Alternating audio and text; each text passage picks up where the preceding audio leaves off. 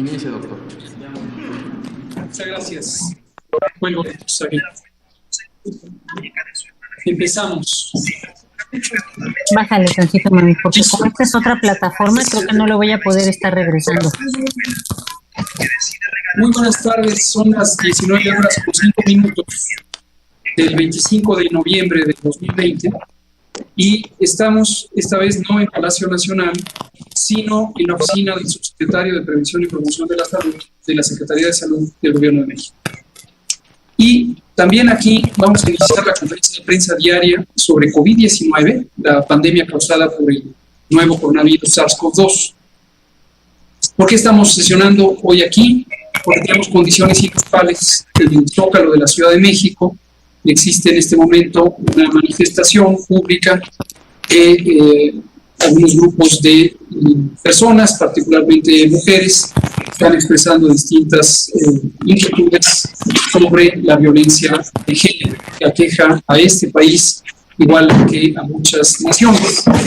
Esto es particularmente relevante para nosotros el día de hoy, porque precisamente hoy, día 25 de noviembre, es el día contra en contra de la erradicación de la violencia, de las violencias contra las mujeres. Hoy, 25 de noviembre, es un día muy importante de tener en mente, es un día de denuncia, es un día de conciencia, es un día de lucha, es un día de trabajo, de construcción por una sociedad igualitaria entre los géneros, una sociedad justa, una sociedad incluyente y una sociedad que mantenga un grado muy alto de alerta respecto a esta lacerante realidad que representa la violencia en contra de las mujeres. Estas violencias son, en muchos sentidos, un grave problema social que tiene raíces históricas muy profundas, también tiene raíces muy profundas en la desigualdad social y económica que viven muchas sociedades, desafortunadamente también la sociedad mexicana. Es un fenómeno social de largo alcance, es un fenómeno que también ha sido caracterizado como una emergencia social por el daño tan grave que causa a toda una grupo de la población que es nada menos que la mitad, de hecho más que la mitad numérica de la población mexicana y en la mayoría de las sociedades, al menos de América Latina.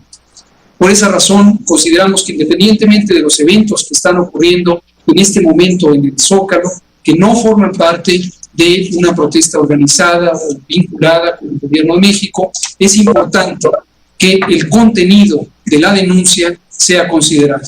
Las formas específicas de expresión, de lucha, tienen sus particularidades, desde luego en la medida en que estas formas de expresión permitan construir, permitan entender puentes de entendimiento y de diálogo, serán más productivos y permitirán al Estado mexicano en su conjunto, el gobierno, la sociedad, construir por esta sociedad igualitaria que todas y todos aspiramos.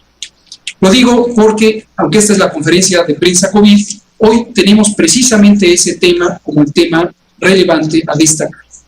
Vamos a tener nuestro informe técnico que presentaré yo mismo, pero también tenemos a 3 participantes que son fundamentales para darnos detalles sobre esta realidad, en complemento o en seguimiento de lo que esta misma mañana en la conferencia de prensa del presidente Andrés Manuel López Obrador, la secretaria de Gobernación, nuestra muy respetada ministra y doctora Olga Sánchez Cordero, acompañada de varias compañeras y compañeros funcionarios de este gobierno, dieron una explicación amplia sobre esta realidad y sobre las importantes agendas a resolver para solventarla. Hoy nos acompañan aquí en la conferencia vespertina la doctora Nadine Gassman Silverman, quien es la presidenta del Instituto de las Mujeres, el INMujeres, el Instituto Nacional de las Mujeres. Muy bienvenida, doctora Nadine Gassman. Nos acompaña también nuestra muy querida colega y amiga Fabiola Alanís, quien es la titular de la Comisión Nacional para la Erradicación de las Violencias contra las Mujeres, CONAVIM. Muy bienvenida. Muy agradecidos. Y nos acompaña también nuestra colega directa de la Secretaría de Salud, titular del Centro Nacional de Equidad de Género y Salud Reproductiva, la doctora Carla Berdichevsky-Feldman, quien ya nos ha acompañado también en muchas otras conferencias de prensa. Bienvenida, Carla.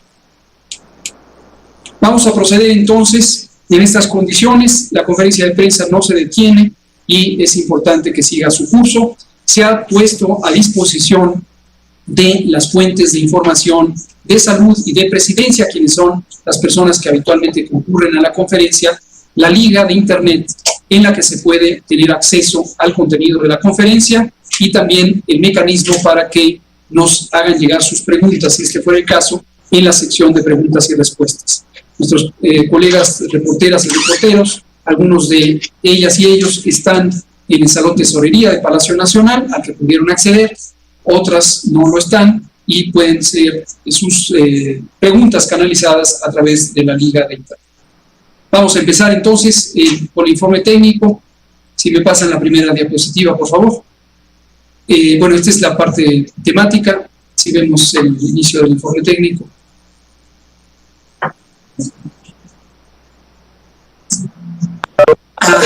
Muchas gracias. Gracias. Apropiadamente pusieron esta primera diapositiva para marcar la noción de esto y le voy a pedir, si es tan amable, a la doctora Gassman, si nos pone el marco de referencia sobre estos 16 días de activismo contra la violencia hacia las mujeres, antes de empezar incluso con el informe técnico. Muchísimas gracias, doctor López-Gatell. Muchísimas gracias por este espacio tan privilegiado para hablar de este problema que, como usted decía, es un problema de justicia social, pero también es un problema de salud pública. En México, 7 de cada 10 mujeres han enfrentado algún evento violento alguna vez en su vida. Y esto que es las cifras de México, también son las cifras internacionales. Y por eso, primero, el Encuentro Feminista Latinoamericano decretó que el 25 de noviembre fue el Día Internacional para la Eliminación de la Violencia contra las Mujeres. Después este fue tomado por las Naciones Unidas y se ha propuesto tener 16 días de activismo para, como usted bien decía, poder reflexionar, hablar, pensar sobre cómo eliminar este flagelo que tiene un impacto en la vida de todas las mujeres. Son días de activismo inicia el día de hoy, el 25 de noviembre, con este Día Internacional de la Eliminación de la Violencia contra las Mujeres, y termina el 10 de diciembre, el Día Internacional de los Derechos Humanos. Durante este periodo, en todo el mundo, usamos el mundo de naranja como un color de esperanza, un color de movilización para llamar a hacer cosas, tanto en lo individual, en lo colectivo, para ponerle fin a la violencia contra las mujeres. En México, hoy, como bien decía, con el presidente Andrés Manuel López Obrador, con la secretaria de Gobernación, lanzamos estos 16 días de activismo. Tenemos una serie de actividades que se van a hacer tanto en la Ciudad de México como en el resto del país, que pueden ver en la página de mujeres en México, en el país, para la entiendo que esta es una apertura antes de pasar a las informaciones que seguiremos hablando en un segundo momento sobre el tema de la violencia contra las mujeres. Es correcto. Lo que quisimos es destacar este tema, dada su importancia, abriendo la conferencia de prensa con esta diapositiva en la que la doctora Gassman, titular de Mujeres, nos pusiera en el contexto de por qué este día es importante, porque el activismo durante 16 días es relevante para seguir empujando el cambio de actitud, de conciencia sobre este problema y que todos podamos contribuir desde el espacio que ocupamos, no solamente en un trabajo, en un empleo, como puede ser el de persona funcionaria de algún gobierno, sino también en nuestra vida cotidiana como personas, para eliminar o erradicar la violencia contra las mujeres. Voy a proceder de manera expedita a presentar el informe técnico Y después le devuelvo la palabra a la doctora Gassman y enseguida participarán también la licenciada Fabiola Lanís y Carla Berdichevsky. Vamos a aquí nada más recordar, tenemos 179 días en este proceso de nueva normalidad, en este proceso de desconfinamiento gradual orientado por el semáforo de riesgo COVID. Recordamos que en este momento tenemos importante variación interestatal del acontecer epidémico de COVID-19 en México, con algunas entidades federativas, 8 en concreto, que todavía tienen una tendencia a la alza, pero en general el resto tienen ya hasta el momento una reducción. Vamos a verlo gráficamente en la siguiente diapositiva, con el semáforo de riesgo COVID, que es el que está vigente desde el pasado lunes, hace 3 días, el lunes 22 de noviembre, y que seguirá vigente durante 15 días, a menos que haya un cambio relevante que comunicar anticipadamente. Tenemos a Chihuahua y a Durango en color rojo, múltiples entidades federativas mostradas en el mapa en color naranja, y en la región sur-sureste predominan los que están en semáforo amarillo, que es riesgo medio, y 2 entidades federativas, Campeche y Chiapas, están en riesgo bajo, que no quiere decir riesgo cero, es simplemente riesgo bajo. Las que se muestran los nombres, Coahuila, Nuevo León, Zacatecas, Aguascalientes, Querétaro y la Ciudad de México, están en una tendencia a la alza y se encuentran muy próximos al semáforo rojo. Por ello es extremadamente importante que sus gobiernos y sus poblaciones tomen una conciencia clara de este riesgo y contribuyan y colaboren juntas a disminuir los riesgos de transmisión de COVID-19. La siguiente, por favor.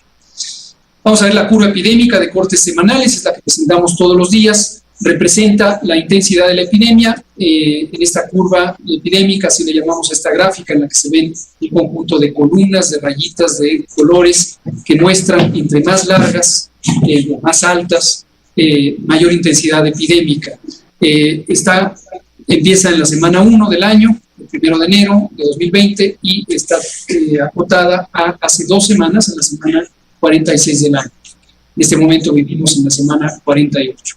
Lo que es relevante aquí es ver la tendencia de incremento en el número de casos confirmados, que se puede ver en la zona baja de esta diapositiva, en color ocre, y también que 46% de los casos de enfermedad COVID que tienen sospecha de tener COVID son positivos al virus SARS-CoV-2, por lo tanto son casos confirmados. Esto irá cambiando según la intensidad epidémica. En ese momento es 46%, habíamos llegado a un mínimo de 38% en la primera semana de octubre. Vamos a ver la siguiente. Es la curva epidémica de casos estimados, y lo que podemos ver aquí es justamente este fenómeno. En la semana 29 del año, que fue la última semana de julio, llegamos a un punto máximo. Después empezó la curva a ir hacia abajo, de acuerdo a la gráfica. Esto quiere decir, los casos de un día son menores en número a los casos del día anterior, y llegamos a tener el mínimo local en la primera semana de octubre, la semana 40 del año. Posteriormente empezó a aumentar, ha tenido una tendencia en general a la alza, aunque en este momento, para el corte de información de la semana 44 en comparación con la 45, hubo una reducción de 5 puntos porcentuales. Y 4% de los casos es la epidemia activa, son los casos que se han presentado con inicio de síntomas en los últimos 15 días. Vamos a ver la siguiente, por favor. Lo mismo para el indicador de mortalidad, las muy lamentables defunciones que esta enfermedad causa. No olvidar que COVID-19 es una enfermedad causada por un virus con potencial letal. Es un virus altamente agresivo que puede causar una grave inflamación de los pulmones y con ello la incapacidad de respirar y consecuentemente la muerte. Entonces esto es importantísimo, particularmente en personas que tienen 60 o más años de edad, enfermedades crónicas como diabetes, hipertensión, cáncer, enfermedad pulmonar y cardíaca crónicas, inmunosupresión por múltiples causas, etc.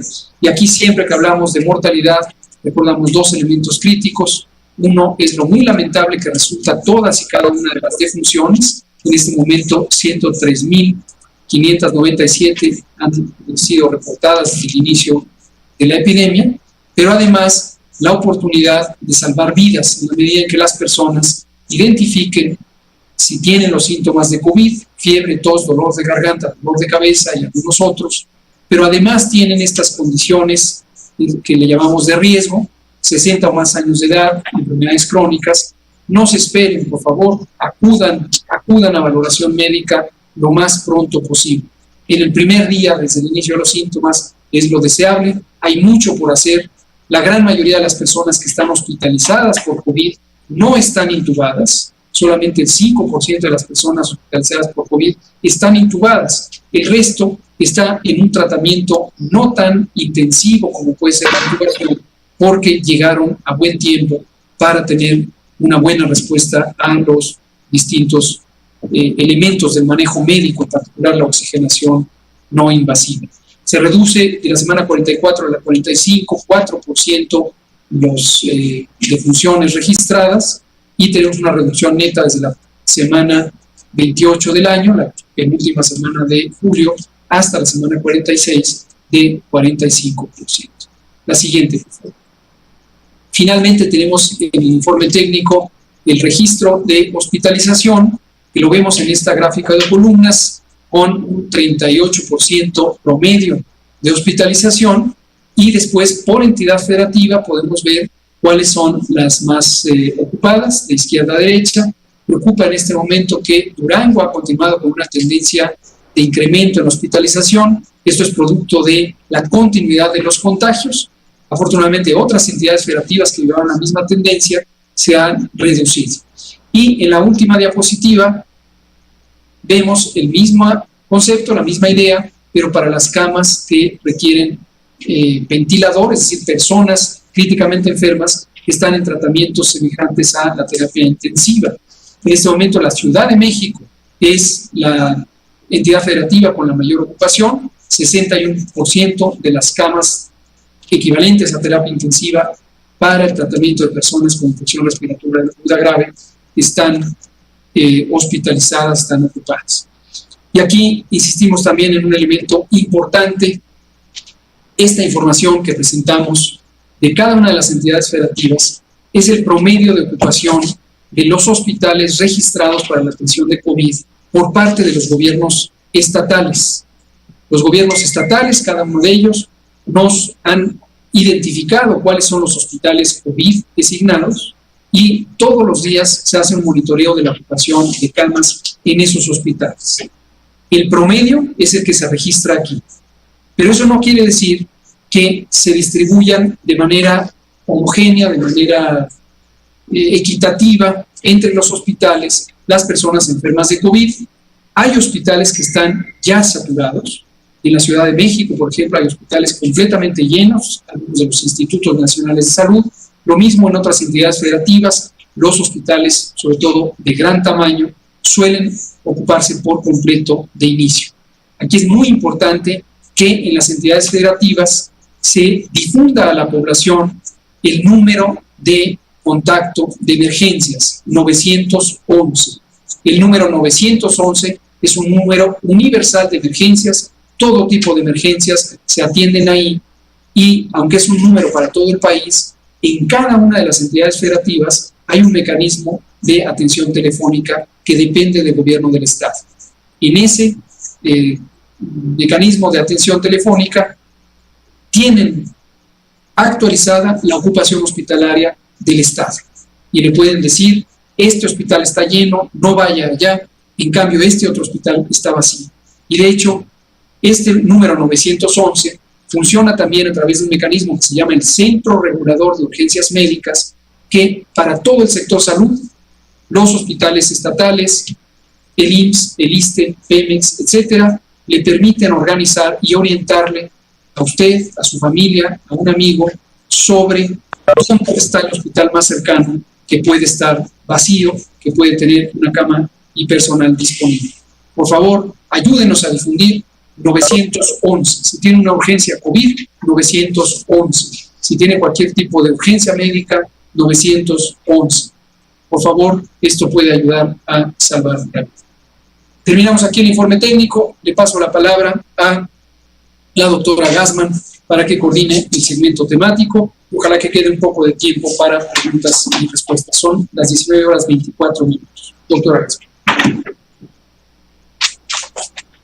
Muchísimas gracias, doctor.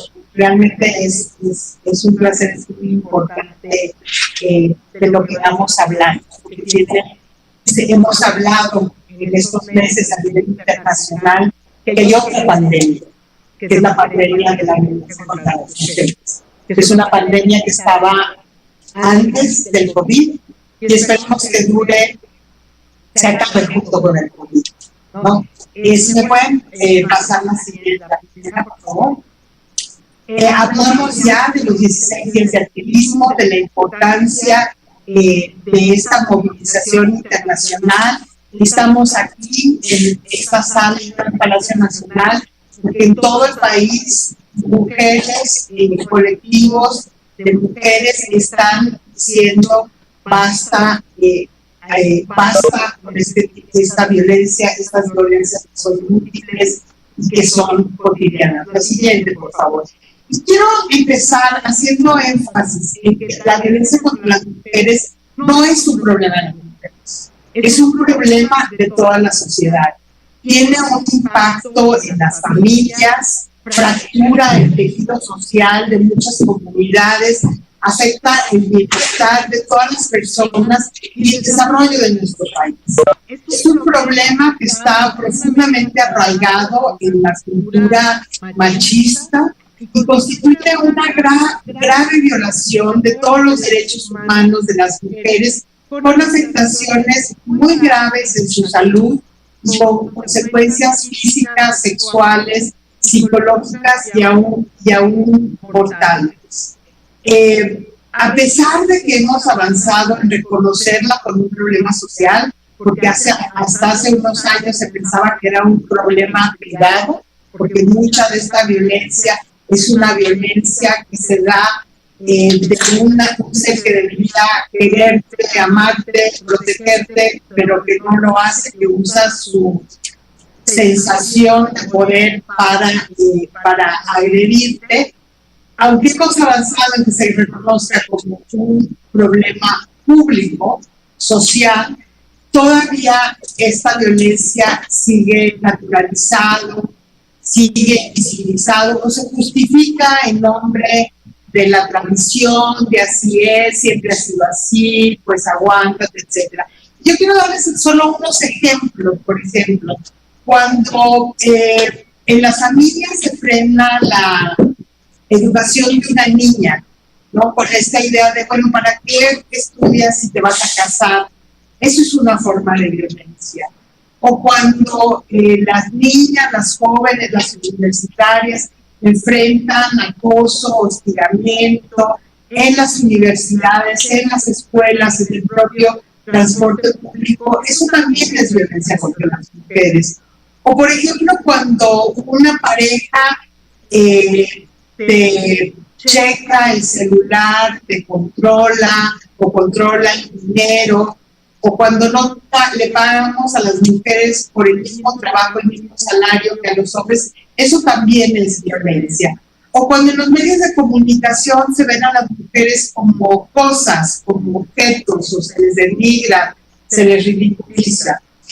Y obviamente la mayor manifestación de estos tipos de violencia es cuando se priva a las mujeres de su vida, el feminicidio que hemos oído. Sabemos que es un problema muy importante también en nuestro país. La siguiente, por favor. Estas situaciones son el reflejo de nuestra cotidianidad, de la discriminación, de la violencia que viven las niñas, adolescentes y mujeres. Es una problemática que es extremadamente importante para el gobierno de México. Estamos muy claros que es una de nuestras asignaturas en esta cuarta transformación, prevenir, atender, sancionar la violencia contra las mujeres, todos los tipos, para erradicarlo. Y por eso estamos trabajando de manera coordinada en el gobierno federal, pero también estamos trabajando con el Poder Legislativo, con el Poder Judicial, y con los estados y los municipios. La que sigue, por favor. Este trabajo lo estamos haciendo, como decía, de una manera organizada. Estamos trabajando también coordinando con las organizaciones de la sociedad civil, y a pesar de que tenemos un escenario nacional e internacional que tiene limitaciones importantes de recursos, en el gobierno de México hemos priorizado, así como se ha priorizado el presupuesto de salud, el presupuesto realmente de la igualdad, que es este anexo 13. En la propuesta del presupuesto del 2021, que todavía no está publicada, pero ya está decidida, hay un aumento de 24% de los recursos, porque entendemos perfectamente del gobierno el reto que tenemos para promover la igualdad y con esto prevenir la violencia contra las mujeres. Y yo creo que es muy importante decir aquí que si algo nos ha enseñado, algo ha puesto flor de piel la pandemia del COVID, es toda la agenda de desigualdad, toda la agenda feminista, ¿no? El tema de los cuidados, el tema de la distribución desigual de los cuidados, el tema de quienes están en la primera línea de respuesta, y por eso necesitamos recursos y estamos realmente satisfechas con lo que ha pasado en la propuesta de presupuesto que está por publicarse. La siguiente. Nosotros tenemos una hoja de ruta que se deriva del Plan Nacional de Desarrollo, es el Programa de Igualdad entre Mujeres y Hombres, que es la hoja de ruta, como decía, para que en el marco de la Cuarta Transformación está trabajando para cambiar la situación de las y los más pobres de nuestro país, para cerrar las brechas de desigualdades que incluyen las brechas de desigualdad entre mujeres y hombres, tengamos un compromiso de todas las dependencias de la Administración Pública Federal con dar respuestas a lo que las mujeres nos han pedido.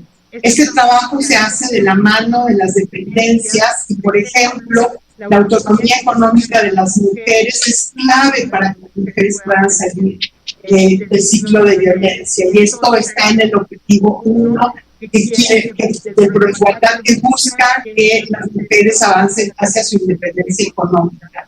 En los objetivos 2, 3 y 4 buscamos construir un país de bienestar, de salud para toda la población, una cultura de paz mediante el desarrollo de estrategias centradas en garantizar los derechos de las mujeres a un trabajo digno, a la salud, a la educación, al bienestar y a una vida de violencia. Y con los objetivos 5 y 6 buscamos fortalecer los liderazgos de las mujeres en sus comunidades, en la política, en el sector privado, y sabemos que necesitamos tener paridad en todo para realmente poder trabajar.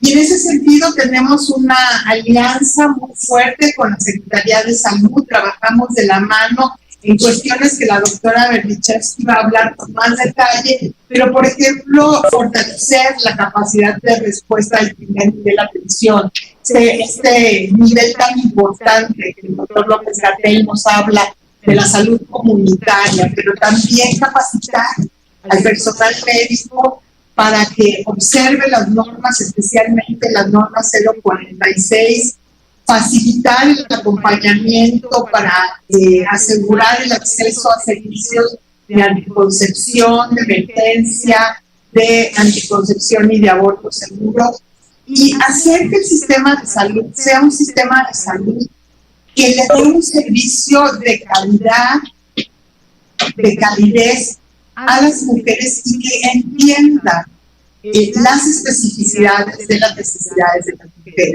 Yo lo voy a dejar hasta ahí, le doy el uso de la voz a mi querida compañera y colega Fabiola Gámez. Gracias, doctora Gassman. Fabiola, por favor. Sí, como no. Pues muchas gracias. Estoy contenta y muy agradecida por el espacio, por la oportunidad de compartir con ustedes algunas reflexiones sobre lo que tiene que ver con la violencia en contra de las mujeres en este emblemático día, que es precisamente el Día Internacional para la Eliminación de las Violencias, decimos acá, en contra de las mujeres y las niñas. Gracias por la oportunidad y también muy contenta de compartir espacio aquí con mi querida doctora Nadine Gassman y con Carla. Pues agradecida, decía, por este espacio, porque nosotras estamos convencidas que en el gobierno de la Cuarta Transformación nos estamos tomando en serio, muy en serio, el fenómeno de las violencias en contra de las mujeres. Esta mañana decíamos algo que vale la pena mencionar. En este periodo de la historia de nuestro país, el Estado no es el que va a dificultar el acceso a las mujeres a una vida libre de violencia. El Estado no es el problema, el Estado es la solución, a diferencia de otros momentos históricos en donde vimos incluso tendencias regresivas en materia, digamos, de derechos. Hoy, en el inicio de los 16 días de activismo que acaba de señalar muy bien mi querida Nadine Gassman, queremos enfatizar que tenemos un gobierno que trabaja permanentemente para la eliminación de las violencias, pero también de la impunidad, de la corrupción y también de aquellos obstáculos que evitan el acceso a una vida libre de violencia. Desde la Comisión Nacional para la Prevención y Erradicación de la Violencia en contra de las Mujeres, trabajamos incansablemente para coordinar las acciones de los gobiernos en las entidades federativas y también de los gobiernos municipales. Queremos poner muchísima atención ahí en la ubicación geográfica más pequeña, pero más importante para la atención a las mujeres, porque nos interesa avanzar en materia de protección, atención, sanción y erradicación de la violencia y de las violencias.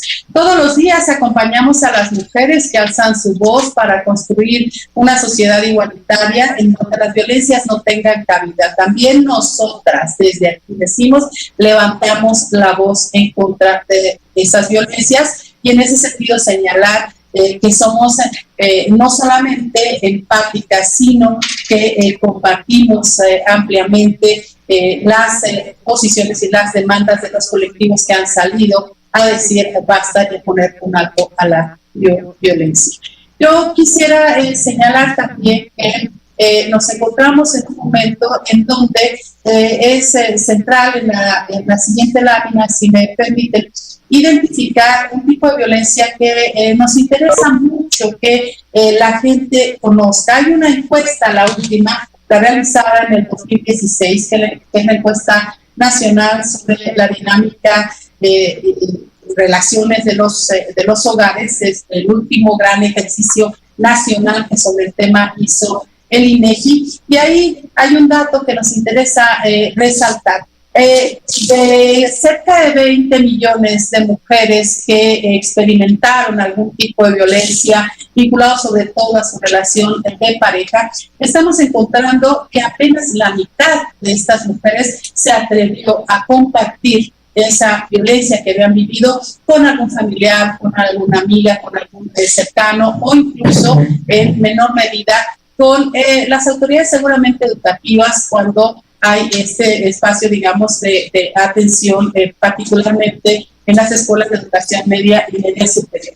Aquí quisiera señalar que estamos haciendo un esfuerzo importante desde el Grupo Interinstitucional para la Erradicación de las Violencias que encabeza el GIEP, encabeza precisamente la secretaria Olga Sánchez Cordero, para trabajar en el sentido de garantizar que las mujeres rompan el silencio. Queremos que las mujeres hablen, queremos que acudan a las instituciones cuando sienten que está en riesgo su vida, cuando han vivido algún tipo de violencia, porque la cifra negra de la violencia, de las violencias es realmente elevada. Entonces, ¿qué decimos? Esos casi 10 millones de mujeres que saben o que vivieron algún tipo de violencia, es bueno que hablen y es bueno que además en los hogares identifiquemos cuando se están realizando este tipo de conductas que atentan contra la seguridad y contra la vida de las mujeres, particularmente de nuestras adolescentes y de nuestras niñas.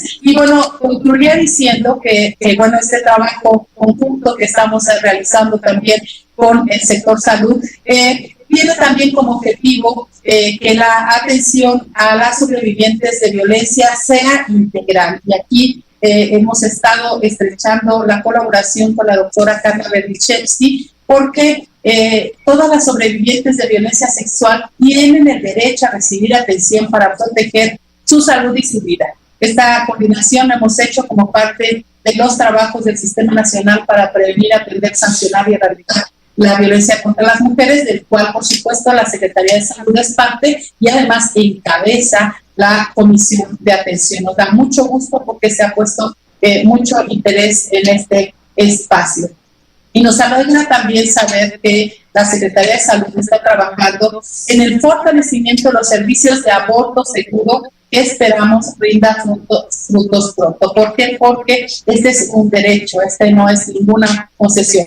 Recalcamos y queremos señalarlo que en todo el país el aborto legal en casos de violación tiene que implementarse. No podemos estar negando ese derecho a quienes son víctimas de violencia sexual. Es un derecho, no es una concesión, y les pedimos en el sector salud, en las entidades federativas, que adopten ese criterio de derechos. También queremos señalar que al trabajar en el tema de violencia sexual, queremos también llamar la atención sobre el embarazo de niñas y lanzar un llamado urgente a la ciudadanía para que tengamos una sociedad que deje de ver como normal el embarazo de las niñas. Hay mucho que hacer en materia de salud y de articulación de esfuerzos a nivel central con esta secretaría, pero también de manera importante cerrar filas y tejer fino en las entidades federativas con el sector salud.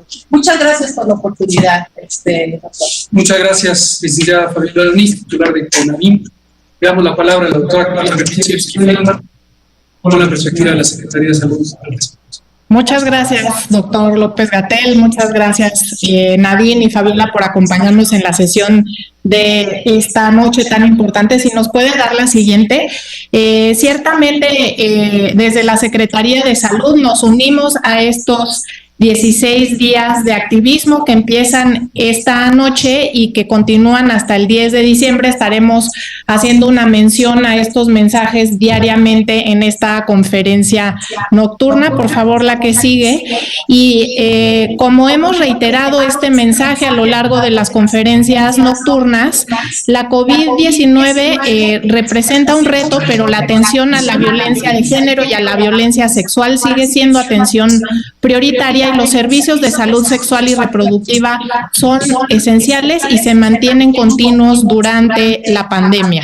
Y sabemos que ante justamente las medidas de confinamiento puede incrementar las expresiones de violencia hacia las mujeres, generando una serie de efectos en la salud que van desde efectos como malestar emocional, depresión, ansiedad y otros problemas de salud mental, como posibilidad de aumento en el consumo de alcohol y otras sustancias, infecciones de transmisión sexual, incluido el VIH, un aumento en los embarazos no deseados y en abortos inseguros, y lesiones que incluso pueden llegar hasta la muerte. La que sigue, por favor.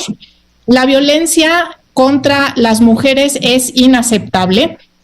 Y para ello hemos dispuesto varios recursos para la población y pedimos a quien nos acompaña de la prensa nos ayude a replicar este mensaje, ya que tenemos a disposición de todo el país la línea de la vida, es este teléfono 800-911-2000, y también está disponible las 24 horas. Tenemos aquí también acceso a través de las redes sociales. La que sigue, por favor.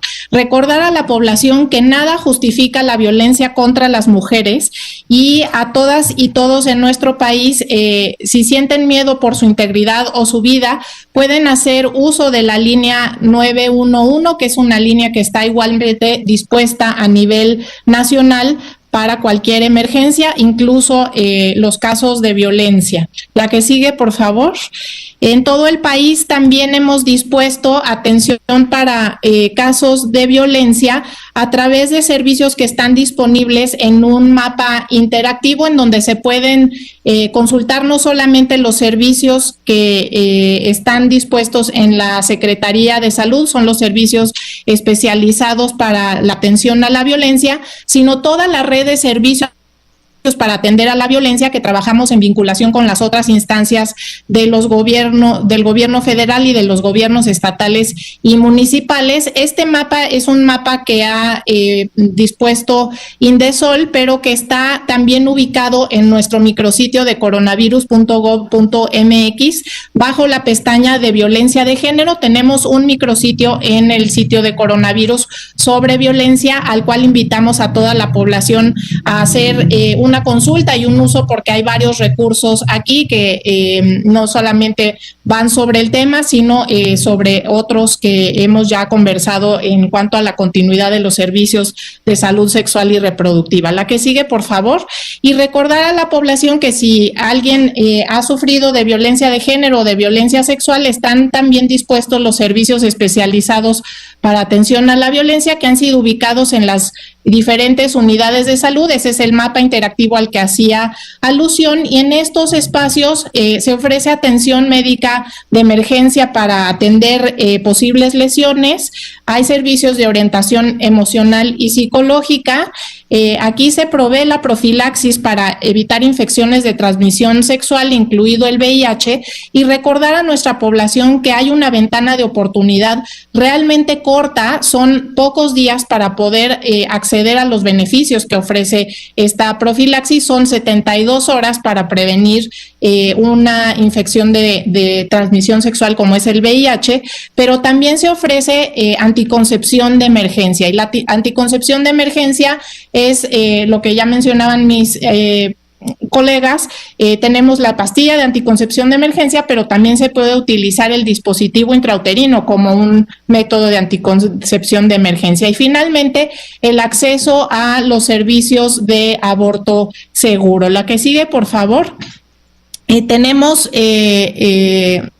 nivel de todo el país, el marco normativo y legal permite la interrupción del embarazo en casos de violación sexual, y para ello recordar a la población que el personal de salud no está obligado a verificar si el embarazo es producto de una violación sexual, y por lo tanto tampoco es necesario presentar una denuncia legal. La población a veces piensa que este es un requisito para acceder a un servicio de aborto seguro, y no lo es.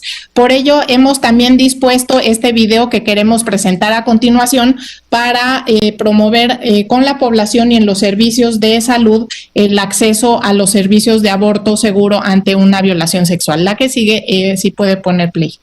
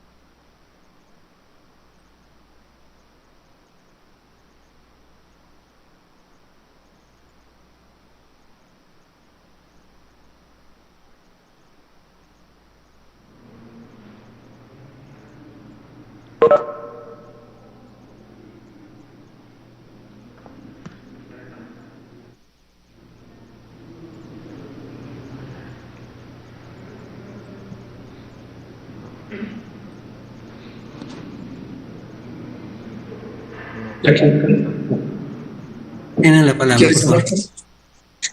Muchas gracias. Pues parece que al final se volvió a correr el video. Si no se hubiese escuchado bien, porque aquí en la sala no lo tenemos enteramente claro, lo volveremos a presentar en otro momento.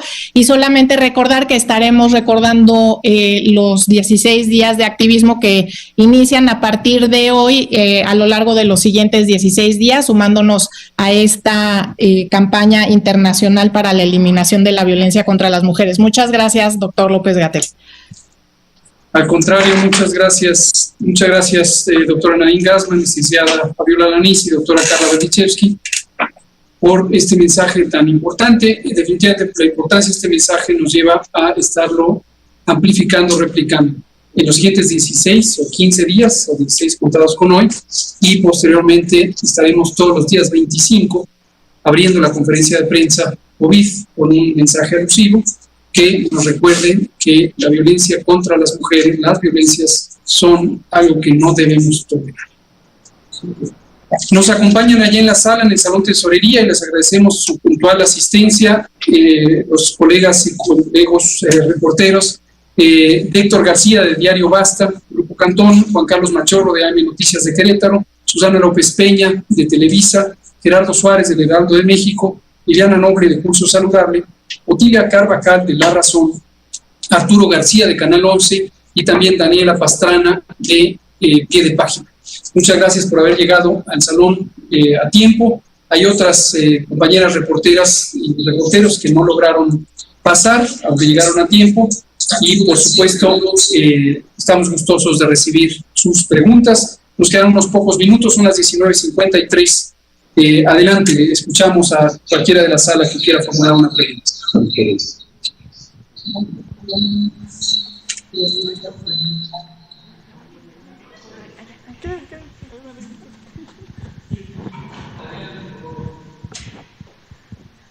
Hola, buenas noches. Liliana Noble de Pulso Saludable.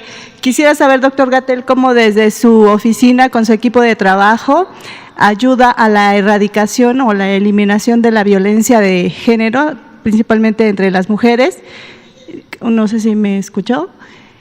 Y una segunda pregunta para sus invitadas. ¿Cuáles serían estas tres condiciones que habríamos de tener en consideración las mujeres para saber que estamos siendo violentadas? Gracias, buenas noches a todos. Muy bien. Le paso la palabra a la doctora Gassmann. La pregunta de Liliana Noble, saludable, es ¿cuáles son estas tres condiciones que fueron mencionadas para identificar por parte de una mujer que está siendo violentada? Bueno, primero, la importancia de identificar los tipos de violencia, el tipo de relaciones. Yo di algunos ejemplos, pero tiene que ver con la relación, la forma de cómo se relaciona con los hombres, las parejas, etcétera. Ante sentirse incómoda, tener la duda, hablar con otra persona, con una amiga, llamar al 911, acudir a un centro para pedir ayuda. Nos decía la doctora Lanís que más de la mitad de las mujeres nunca han hablado sobre este tema.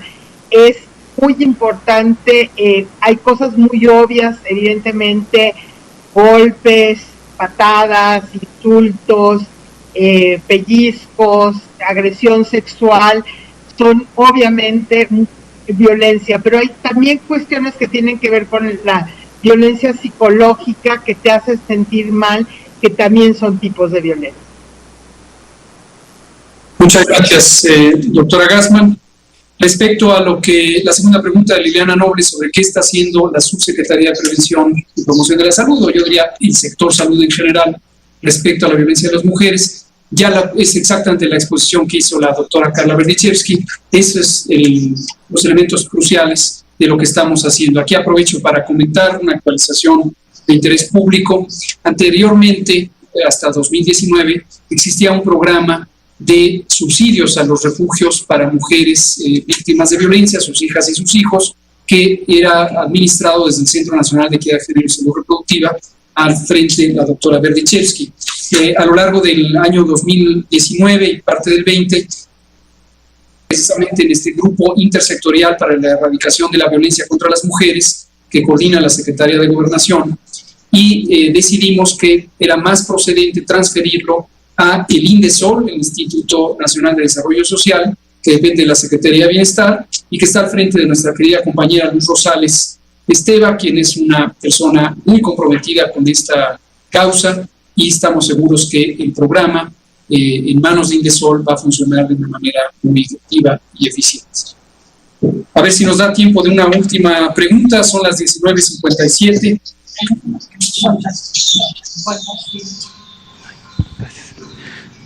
Sí, bueno. Sí, Juan Carlos Machorro, M. de Querétaro. Rapidísimo, para alguna de las invitadas, ¿puede decirse que la agenda de equidad de género en nuestro país se detuvo o retrocedió debido a la pandemia? Gracias. Gracias. ¿Quién quiere contestar esto? La pregunta de Juan Carlos Machorro, AM Noticias, Querétaro. Si el COVID-19 retrasó la agenda de igualdad de las mujeres. Bueno, el COVID-19 puso al descubierto muchos de las desigualdades. Yo digo que hizo que las personas vivieran en primera persona cuestiones que son estructurales y que tienen que cambiar. Hemos trabajado, hemos mantenido el trabajo a nivel de políticas públicas, seguimos trabajando con las diferentes dependencias, pero evidentemente el tener que quedarse en casa, el tener que trabajar, hacer teletrabajo, ser maestras, hacer cuidados en una sociedad en que no se involucra toda la familia, sí ha puesto a las mujeres en una situación de mayor estrés, ¿no? Decimos que estamos en la primera línea de respuesta, no solo en el sector salud, donde la mayoría de las enfermeras son mujeres, el 35% de las médicas, y les agradecemos profundamente su trabajo, pero también en casa las mujeres han seguido haciendo su trabajo y han tenido que hacer muchas más cosas, entonces también estamos en la primera línea de estrés y de cansancio. La agenda sigue adelante.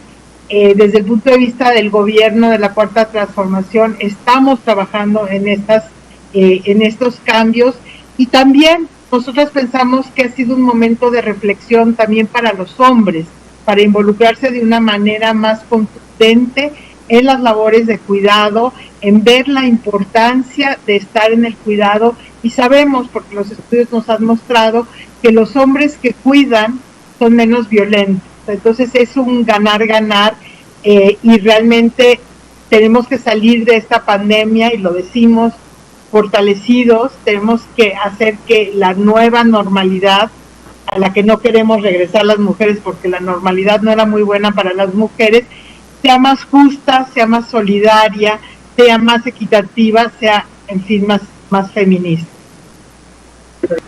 Doctora Gassmann, son las 19:59, ya no nos daría tiempo de otra pregunta, pero hoy, 25 de noviembre de 2020, es el inicio de 16 días de activismo para eliminar la violencia contra las mujeres. Estamos terminando la conferencia de prensa COVID-19, la epidemia sigue activa, hay que mantener todavía las precauciones generales. Agradecemos a las reporteras y reporteros que nos acompañaron.